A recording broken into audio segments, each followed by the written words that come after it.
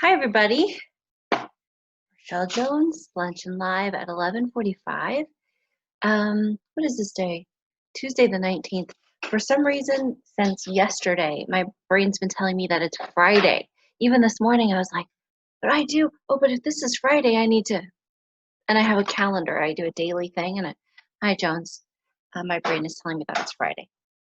But it's not. It's only Tuesday, the 19th. We're just getting started in the week.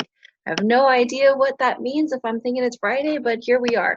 If easier for you, in my bio on Instagram, if you're over here on Instagram, in my bio, there is a link to join in over here on Zoom if you want. It's just audio only. If it's just easier for you to listen over here, or unmute yourself to share your thoughts with your voice, then you are welcome to do. All right, so we are somewhere deep in quarantine. No idea where we are. I'm not keeping track. And very different stuff. I'm talking today. I'm making a note as I go. Expectations. So grief are the feelings that bubble up when it's the conflicting feeling that bubble up when you wish something would be different or something would be better, right? So we have the things that we're totally aware of about what we wish would be different or what we wish would be better. But grief is also the conflicting feelings that happen when my expectations aren't met, or when life doesn't go the way I expected it would. Feelings bubble up when something doesn't go the way you thought it would, the way you hoped it would, and that is called grief. So today I just want to talk about expectations, because that was something that was aware. I started to just see the last few days here in my home, but then also I'm always listening to things and listening to audiobooks or podcasts or all sorts of things. And so different things come up in my awareness wheel as we're going. So expectations. With this quarantine time, right? Just specific to quarantine. So let's say, for example, we all have expectations around this quarantine. Let's say like going to work. We thought that going to work would be a certain way, or getting paid would be a certain way. We have expectations. I mean, it starts in all the different ways. We have expectations that when we drive, people are going to stay in their lane. We have expectations that people are going to obey the traffic lights and rules and the lines on the road. Like, we have expectations everywhere, right? And those are agreed upon expectations. I didn't get a verbal agreement from each person as I drive by. I just kind of naturally have this expectation. Well, if they're on the road, they're going to abide by these rules, right? And when they don't, it can really be jarring and hurtful, and maybe create a loss of safety or a loss of life. Okay. So, but in our home here in quarantine, we're all here together. We're all in the same space. This is where we live, but we have different expectations because we're in a different type of situation. Does that make sense? So we had changes. So grief is the feelings that bubble up with change. Well, we've all changed what's going on. Maybe if you are an at-home mom, or an at-home parent rather, you're at home more because where are you going to go? Or if you are an at-home parent, maybe there was a natural break for you if your kids are a little bit older and they were going to school, or they went to a play group, or they went to a sport or an activity. None of that's happening anymore, is it? So that's a change. And we didn't realize that that little break gave us something, didn't it? Or we have an expectation on how we like the home to be kept. But with everyone home, is the home being kept the same way that you wish it would? Is it meeting your expectations? We have a way that we cook, or I personally was in a routine, of course. And when I would take one child to school, come home, take another child to school, and then I had time, and I would do a quick little bit of reading, or I'd have to go to my office. Sometimes I would make dinner at 10, 11 in the morning, so that it was ready, because I knew the evening was going to be busy. I knew I had an expectation on time available to just me, just my thoughts, my wonders, the things I need to do, what I would hope to have done. And so by being in this situation, my expectations have to be different, don't they? my use of time, the way I expect my time to be, my day to be, my freedom to be, they're all different. And there are feelings that bubble up with that. I didn't even realize it myself for a while. Um, there's an expectation on, how I expect each room to be kept, or the cleanliness, or people following through with their chores, their helpfulness around the house. Like, there are expectations everywhere. And the thing is, I'm not the only one who creates them. Every single one of us has created expectations. And that's not wrong. It's not to say it's wrong or bad, but it's something to be aware of, that we are creating expectations that, guess what? We don't communicate all the way, because we don't always even know that we're doing it. We show up to this moment like, that's not what I thought it was going to be. That's not what I thought it would be like. That's no, no, no. All the fire alarms go off in our head and in our heart, because we show up to a moment and it wasn't what we expected it to be. But guess what? Each and every single human in the home, or in your life, but we're talking about in our home, is doing the same thing, creating these silent expectations. They're not even aware that they are creating this expectation. So they're also showing up to moments, but, or I thought it'd be allowed to, or I didn't know, and so it's creating like hardships and hard times, because grief does that. Grief unexpressed creates hardships. But the thing with expectations is, we're creating them and we're not communicating them. We're not expressing them. Is this hitting home for anyone? Is anyone else finding that, oh yeah, I didn't actually expect that to happen, or oh yeah, I didn't actually expect this to happen? And you know what? Sometimes we create expectations on what other people are going to do. So let's just say, for example, I caught myself, I realized only this weekend, maybe even yesterday, that I have this natural expectation that it kind of was this rhythm we fell into, and then became an expectation for me, but I didn't express it. For example, I generally cook throughout the week. Generally, sometimes I'm like, we're having leftovers, so if somebody makes something, they're on their own.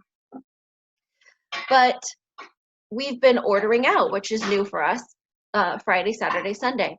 And I just kind of have created this expectation that my husband is going to do it. And I haven't even asked if that was something he wanted to do or whatever. I just kind of naturally created this expectation. So I find myself just letting him take care of it, which is okay to share the load. But I realized I created an expectation without communicating it. Do you see how that could happen? And so if dinner's not being ordered in a time that I expect that it would be, I never said, hey, can you please order dinner at this time? I just naturally have created these expectations. Hi, thanks for joining. And so if the time is passing and I'm thinking, are you going to get this done?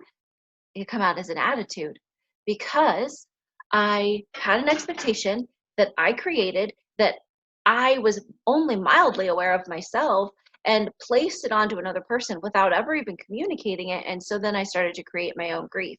Can we see how that's working? Another one would be, well, the thing is, we can have expectations too that we create, that we do express. So sometimes they're not expressed. Sometimes they are expressed, but we didn't get like a confirmation or an okay or an agree. We didn't agree on it, right? So if I have an expectation, let's say, I needed help around. So I have a board, a dry erase board, and I wrote things on the board that I need people to help me with to keep the house going. There's just so much more traffic and activity around here. And so I did express, this is what I need to happen, and this is whatever, right? And so sometimes we do have the expectations that we are aware of and we do express. But then we also have to give the other person the opportunity to hear it and okay it, thumbs up it. Sometimes I just have an expectation that I throw out there and expect, well, I said it, it's going to happen. And then it also doesn't all the time. So even that could create grief, because I didn't even get a consent, right? thinking of like nursing, we can't do anything without consent. So I can be doing that in my home. So we have expectations that we need to be aware of that we're creating. And how do they involve other people? What are you expecting of other people? Do you more expect that? So we have expectations on what we wish of them, and we have expectations or thoughts about what we think they are thinking about us. Do we see how that could work? And so without helping them find their expectations on us based on what we think they have, we're also creating grief. We're creating a conflict of emotions. Very, very difficult. It's tricky in the mind. So I have my own expectations of what I expect of others, but then I have the expectations of what I think they're expecting of me. And I need to start becoming aware of that and communicating. Otherwise, I'm basically mind reading, assuming that I know what someone else is thinking or feeling. I'm assuming that I know what they want of me without ever having expressed it. And so then, of course, I can do whatever I think should be happening because of what I thought they wanted. But if I didn't communicate it or talk about it, then I'm creating grief. And then even though I communicated and I talked about it, if I didn't get some type of acknowledgement and consent, then really I was just making a demand. Well, this is what I think, and this is what I thought, and this is what I'm gonna do. And this is what I'm expecting of you. And so I'm making a demand versus like a question, giving them the opportunity to like dialogue about it. Does that make sense? Back and forth. Who is doing this? It says truth over here. Hey Cheryl, thanks for sharing. So expectations. Being in this home environment, we are creating expectations and we're right on top of each other. And the moments are, they're closer because there aren't the natural breaks of going to school or going to work or going to the store or going to the places because we can't, or maybe we've lost our job or for all the different reasons. And so because we're together more, we're rubbing up against each other and causing this friction, and those friction are our emotional sores or wounds. And so we just keep rubbing up against sores and wounds, and I mean, you know what that feels like. It doesn't feel good, right? So again, we're just jumping into more like this compounding grief, and it snowballs. And so we've got a bunch of unresolved stuff going on in our soul, and we just think, oh well, we'll try different tomorrow, oh we'll do this different tomorrow, oh we'll do this, or oh I'll say that. But we don't say it with the intention of taking ownership for our expectations. We don't say it with the intention of clarifying what we think they're expecting of us. We say things and expect that because we've said it, that therefore it must be done, which means I made a demand. I didn't give time for the dialogue. Do we see that? Okay. What questions do we have on that so far? What kind of thoughts or worries do we have? Wonders, whatever. Or are you seeing this in your life? Because holy cow, this is where grief lies in relationship. It's the the expectations that weren't discovered, weren't expressed, weren't agreed upon, or weren't even communicated and also clarified. Because clarified would mean I think they're expecting it of me, but I just am assuming that and I didn't even have the conversation. Twisty, right? Twisty, do we get that? So, who else is operating under expectations? Personal expectations that haven't been discovered or properly expressed or agreed upon or communicated or dialogued about. Who else is operating under expectations that we think those people have on us that we haven't communicated, expressed, dialogued, agreed upon? And who is finding themselves, I express my expectations, but not giving the opportunity for the dialogue, and so then creating demands, which is then creating grief. because then if we make a demand and expect that someone is just going to do it and do it the way we hoped, but we didn't communicate that and dialogue and agree upon it and settle on it, and then it doesn't happen, guess what? I feel annoyed, upset, unheard, unacknowledged, unloved, unwanted, blah, blah, blah. And I've got all these wounds that technically I created myself. So grief work is a lot of showing you step by step how to find what's hurt you, because you're allowed to be hurt. That's not wrong. That's not weird. It's not uncomfortable. You're allowed to feel hurt. I'm allowed to feel hurt. But then I'll show you how to go in another layer and see, okay, was that on them or was that on me? Oh, it was a little both? Okay. It could be one or the other or both. And then once we see that, we can see how we were left feeling because of this situation. And once we can see that, we can see what we wish we would have done differently. It becomes a growing experience, and then show you how to express it and communicate it in a very safe way, but with me, so that that person over there who doesn't know how to hear or respond or communicate or express or acknowledge, it doesn't create an unhealthy or unhelpful dialogue between the two of you. Does that make sense? Where are we with this? Hey, Ariella, thanks for joining. There's a link in the bio of Instagram if you'd rather be on Zoom.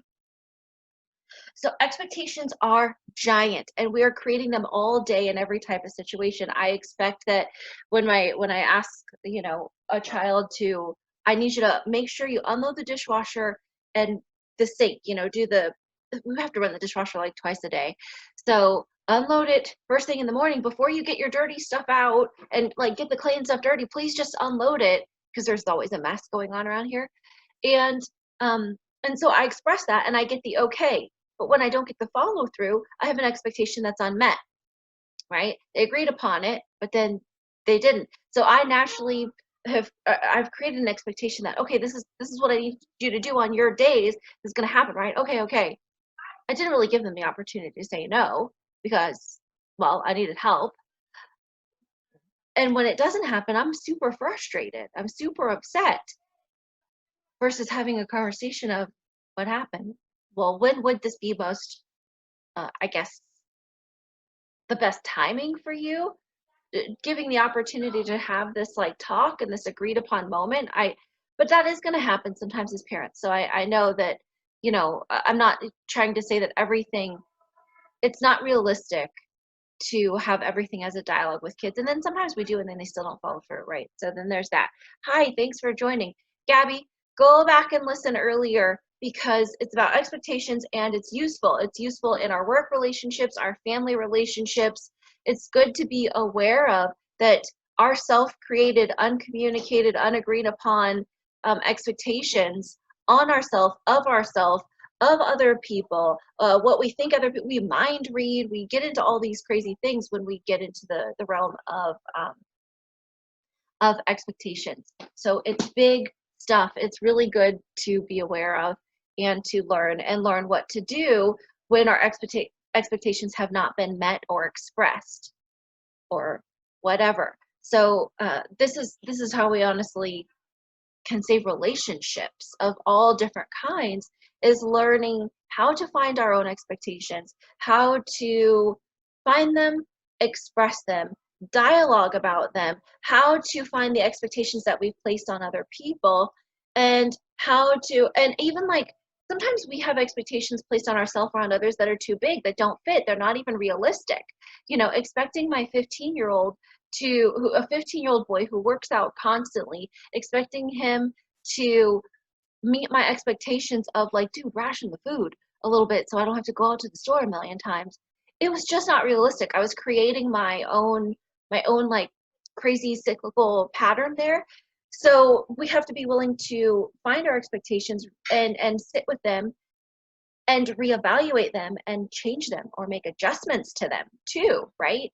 And if I'm not willing to look at the other person just as much, I'm just continuing the cycle of grief that I'm building in my family and myself. So I have to reevaluate what my expectations are sometimes simply because they're not realistic for the situation. Um, how is this? What I mean is I'm guilty of not communicating my expectations. Okay. What, did I miss something up here? Oh, because I'm guilty of not being emotionally honest. Ooh, good. Good one. You're guilty. There's all kinds of comments, guys. I missed these. I'm so sorry. You're guilty of not being emotionally honest. Ooh, that's challenging because it would be, how is, if we aren't emotionally honest, sometimes it starts with us. We're not even aware of what our emotional honesty is. And then we're not aware of what our emotional honesty is in connection with others. We're not even honest about what our emotional honesty is in what we think others are expecting of us. And so we just have all this unspoken, unacknowledged, whatever energy floating around inside of us. And of course, it just drives us mad because it's just sitting there, unacknowledged, unresolved, unhelped. So I'm hearing that you're guilty of not being emotionally honest. What I mean is I'm guilty of not communicating my expectations. Yeah, and so I'm wondering then, Jones, how does that feel for you? Does it work? Is it does it leave you feeling connected and loved and close to in relationship? Not physically. We can sit next to someone, physically be close, but I'm talking about emotionally close. Does that work for you? And does it leave you feeling emotionally close? Let's see, what do we have over here? What do we have? Truth. It's very confusing. It's hard to settle those what if thoughts. Yep. And realizing that we're responsible for our thoughts, we're responsible for our hopes, our dreams, our expectations. We're responsible for the ones that we place on other people. We're responsible of the ones we think they're thinking without even asking or confirming or communicating or dialogue.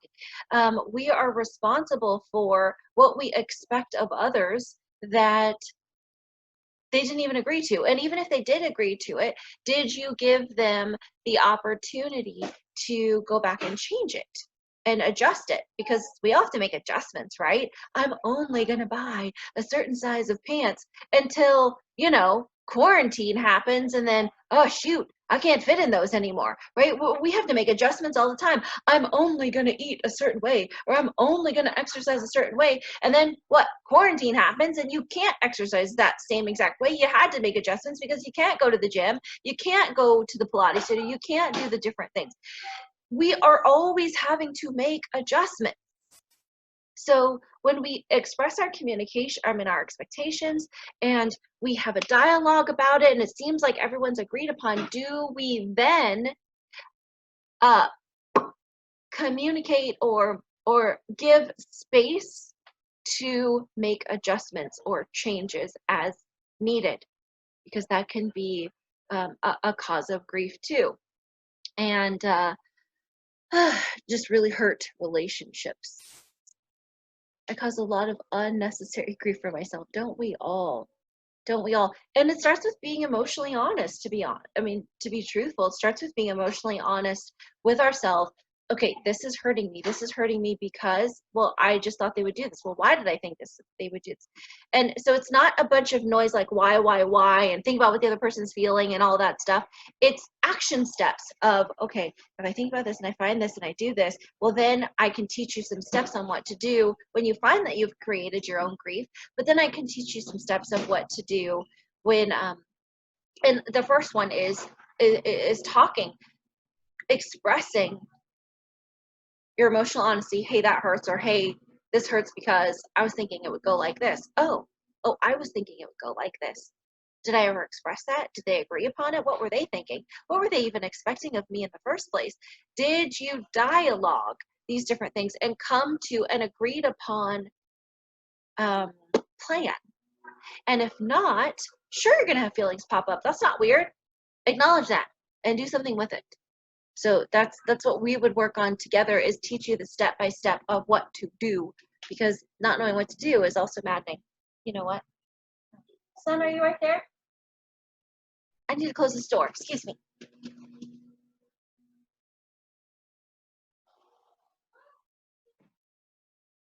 Sorry. The lawnmower, the yard people are here and I can't hear. All right. Let's see. Don't expect and you won't be disappointed, is what I've been told by a special mentor. Well, okay, I guess the challenge is we're human and we are going to create expectations or hopes on what a situation will look like or what we wish it would do. So I don't even know if we can get away truly from creating expectations. I don't think that's realistic. I think um, what we need to do is start recognizing when we've created expectations and how we feel when they're not met just the way we hoped they would be, and and get really clear on, was that ever an agreed upon expectation in the first place. So I don't know that we can get away from, I don't know who might have said that to you, but it's not realistic. We're going to create expectations. They're being created before we even realize that it's being created. And how we know that we created expectations is when we get to a moment where it just didn't happen the way we thought it would. And if we have an expectation that we do dialogue about, but it's never really agreed upon, or it's just not within that person's ability, then we shift it over to hope, that we hope it's going to go or look or be a certain way. But the thing is, unmet hopes or unmet dreams can also create grief, the feelings of grief inside of us. And so then again, we go back to using our grief recovery method tools. So we kind of never really get away from using our grief recovery method tools. It's constant self-awareness and self-actions to deal with the pain that we either caused, or the pain that someone else caused, or the pain that we have from a little bit of both. And it's often a little bit of both, right? Because often we think they should just know that. I mean, that's common sense. It may not be to everyone. So that was me creating an expectation on another person, assuming they know something, or assuming they know that I want something to be a certain way, and it doesn't work that way. But we all do it. I'm so guilty of it. It causes a lot of unnecessary grief for myself. Don't we all? We all do. Every single one of us. Don't expect and you won't be disappointed. Yeah, that's just not realistic. That is not a human thing. Perhaps if you were a robot and you could just push that button and turn off the expectation program, but it just isn't going to happen. We as humans have natural hopes and expectations constantly going on inside of us. Where emotional maturity comes from is being able to see them, identify them, acknowledge them, express them in a healthy and effective way, and dialogue about them, whether it's about us, about others, or what we think others are expecting of us.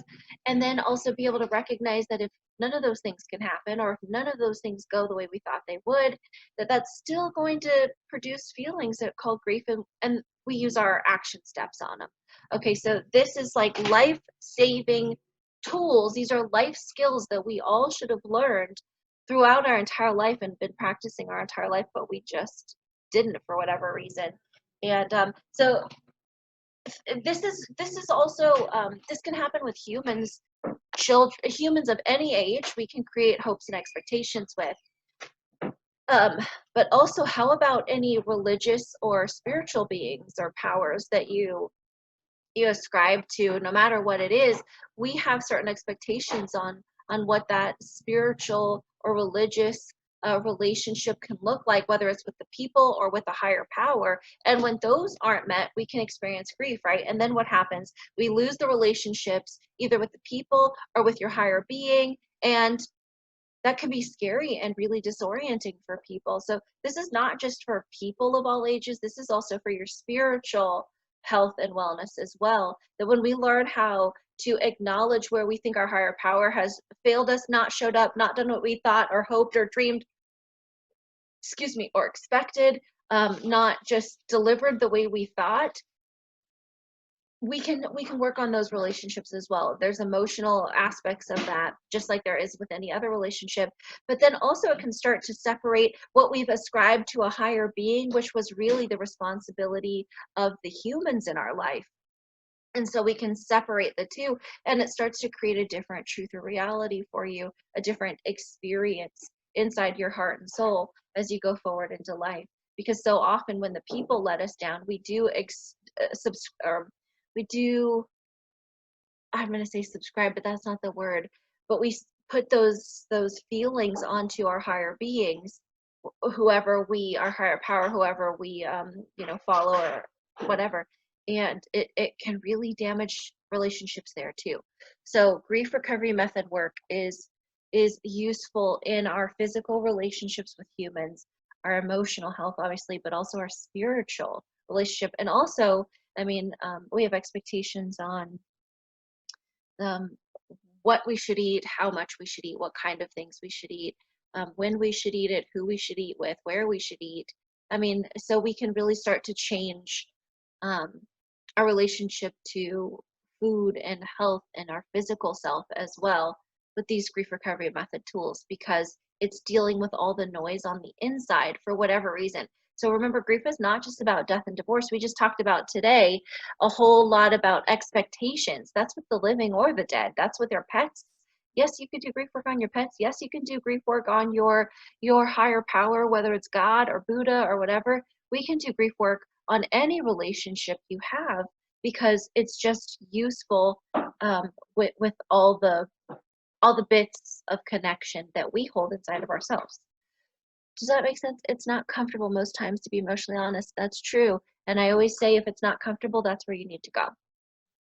If we're just trying to look to be numb and comfortable and feel good all the time, there's no growing there. It doesn't feel good to grow and learn new things and try new things, because they're scary, because it's unfamiliar, it's uncomfortable. And we have a tendency to stick with what's comfortable.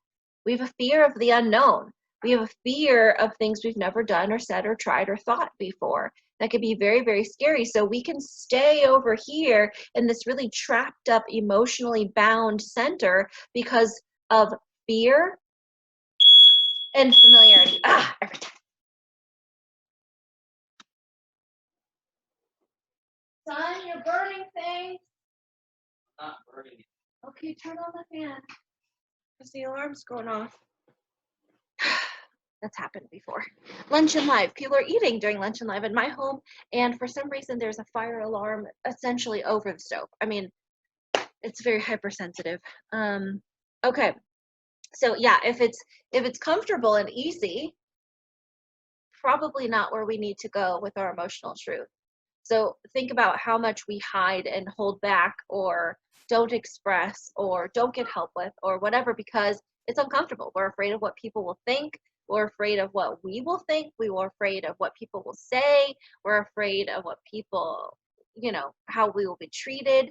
And so we hold things back, and we keep creating expectations though. And it really it creates a mess pile of grief. So my job is to show you how to find that. Think of many balls of yarn being all intertwined and just it's all like this, and a bunch of rubber bands or just yarn all mixed up in whatever. And so I show you how to take that overwhelming ball of mess of energy and start to sit with it and get comfortable sitting in its presence. And then we'll take it a step deeper.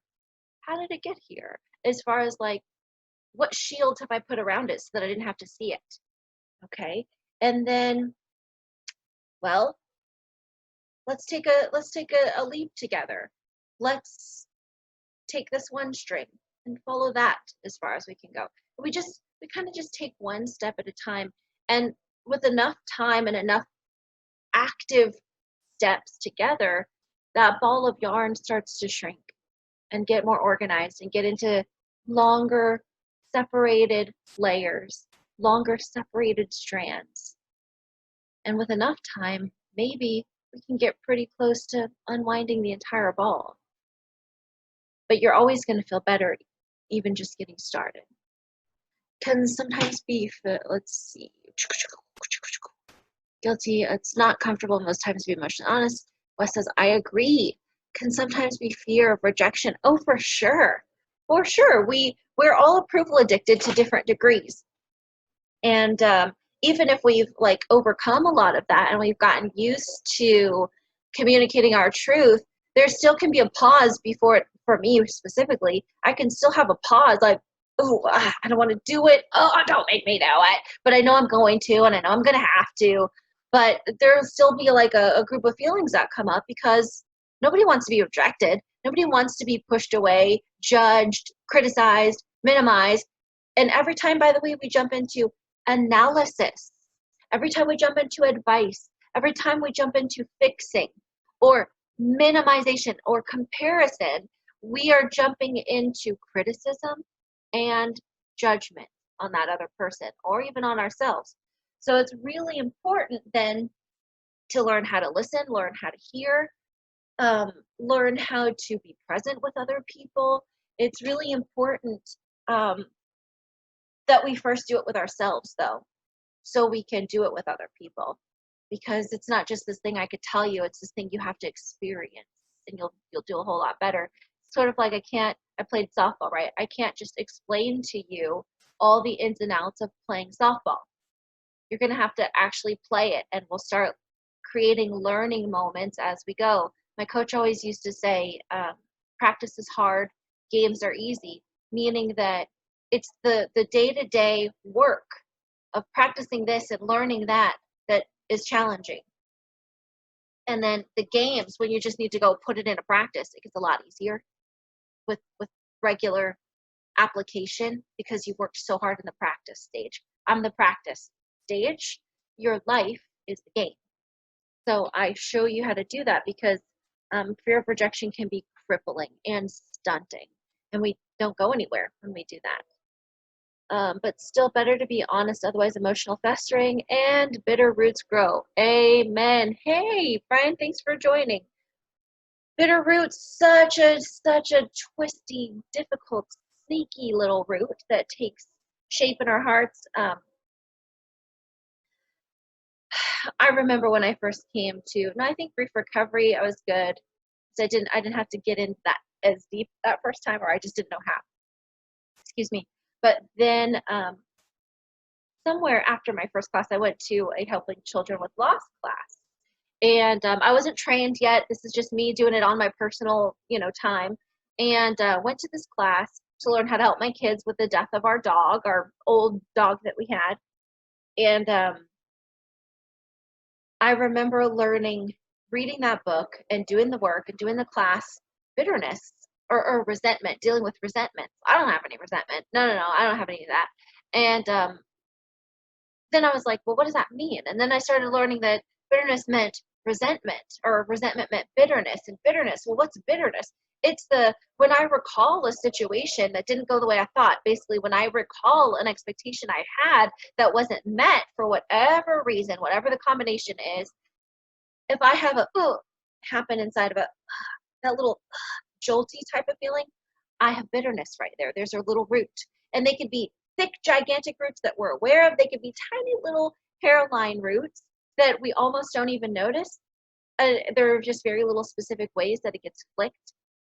So I learned that my heart was like wrapped and shrouded in bitterness, kind of like that yarn ball was in bitterness, aka resentment, aka things I just wish I wouldn't have done, aka things I wish they would not have done, or things I wish I would have done differently, things I wish they would have done differently. Okay? So whenever I can find a moment like that pops up in my mind or my awareness, there's some bitterness or resentment there. It takes work to find those and to change our reality. So bitter roots grow. You are totally correct. Also, if you're a conflict on expectations, ironically, this conflict is necessary to process through the grief and to grow close relationships. Isn't that so true? We're so afraid of it's going to hurt. I don't like it. But they could. But what if? And we get so into the what if and the fear of the unknown that we don't even move forward to connection. But connection has to go through. I know this is going to be ridiculous, but you think of a birth canal, right? The baby is happy and comfortable in the uterus where there's room and nourishment and warmth and comfort and like a nice hug. And then they've got to go through what we would say the ring of fire. They've got to go through this hard, really uncomfortable, tight stricture of a place to be birthed. And what comes with birth? Newness, freedom, new learning, just in a totally new situation, right? Every single hard moment is the same way. It's got to give birth. If you want freedom, it's got to go through a birthing process, which means it's going to go from what's comfortably uncomfortable, right? Because our grief is uncomfortable. We just know what it feels like and we get used to that. So we would rather hold on to the comfort of the pain, the familiarity of the pain, than go through the fear into the unknown. And so grief recovery is so much about taking our hand and sometimes holding you and whatever, but going through the birth canal, going through the fear of the unknown or into the unknown together. So, what is happening? Do you hear that? I think there's a window open over there too. Well, it'll be gone in a minute. Can y'all hear me? Are we all good? Let's see, but better to be honest. Otherwise, let's see. Also, fear of conflict. Yes, we cannot grow in relationship until we're really willing to go through the birth canal of relationship. And that, guess what, is a lifetime process. Every time it's it's just such a good visual, right?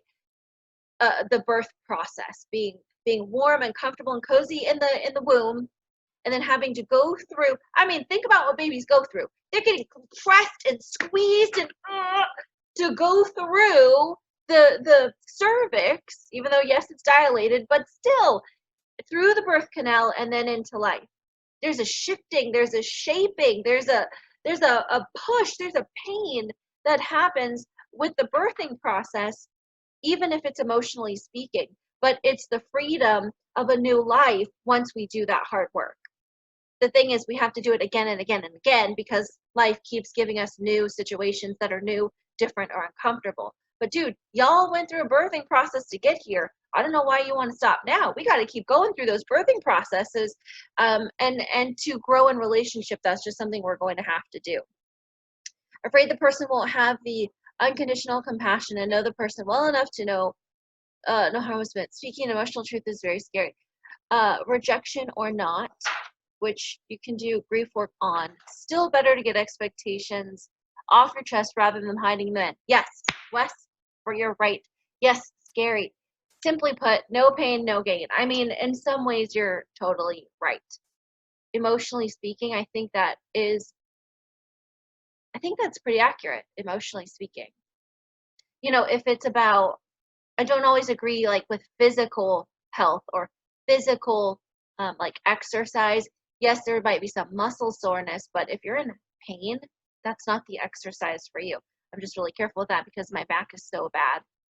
So I'm careful where to use that, and when I remember my son, he was doing summer school last year. The high school basketball team had a summer program that they had to do, and no pain, no gain was kind of the attitude, yet nobody was listening to his actual pain, which led him to wanting to be accepted. So he denied his actual pain, but he was in there doing all the push-ups on the hard basketball floor and the running and the throwing on a broken wrist. So that no pain, no gain is a very difficult thing to say, or people say that and they push through the same thing for a little while on track. Well, that's normal. No pain, no gain. But his coach was aware that you probably need to get different help with that for the track coach, thank goodness, because he does have an injury. But there was that attitude even then at first of no pain, no gain. I think of the military where my back problem started. It's very much like oh, you're fine, go back to work. Oh, here's some Motrin, go back to work. Oh, just there's an ignoring that happens. And so if we want to be accepted and approved of, we then start to ignore ourselves. And that is true. So that can be really damaging physically. And it can be very damaging emotionally too. And so it's getting used to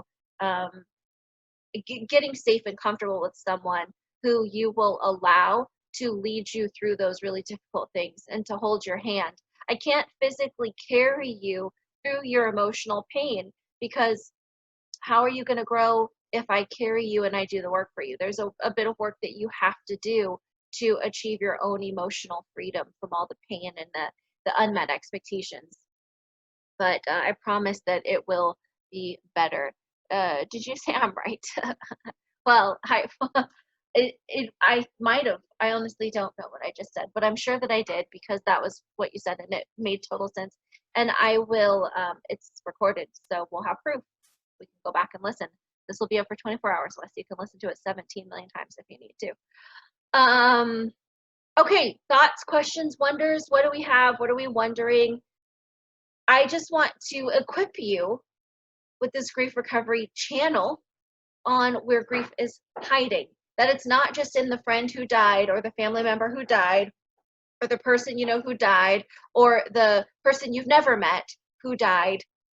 It's not just in the death of a relationship, like a divorce or a breakup. Grief is hiding all over the place and it just keeps adding. And today we're talking about grief hiding in expectations, the ones that aren't met, the ones that aren't expressed, the ones that aren't agreed upon, the ones that aren't working out and need to be adjusted, the ones that we created because of what we thought was going on in their mind, the ones that we came up with from mind reading that person over there.